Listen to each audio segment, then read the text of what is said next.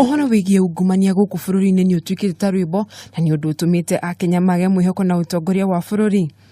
Kanjũ ya makanitha itongoretio ni muikariri giti wao Reverend Joseph Mutungi ni yugite ungumania uhotometie ukuria wa bururi. Corruption is a cancer that is progressively killing our nation.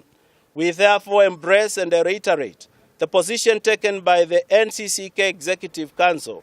Oho Mutungi ni ugite bara ya kuhurana na ungumania efatie guthingiririo na oho gwikwo kampeni ya kuhurana na murimu uyu uria uhandite meri.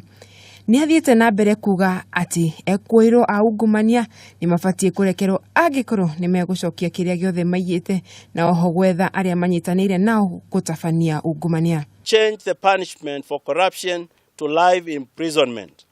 Fourthly, ruthlessly enforce asset recovery to take back what any person has acquired through corruption.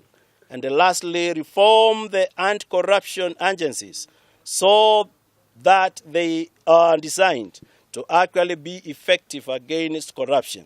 Reverend Mutungi negete aria mekunyitikana na mahitia ma ungumania mafatie kuoho maisha na utanga uria wothe monete kumana na ungumania kuoyo kuma kurio na honge cia kuhurana na ungumania iheo hinya ni undu andu magie na mwihoko nacio. Handu-ini ha Kameme TV njitagwo Wanjeri wa Kariuki.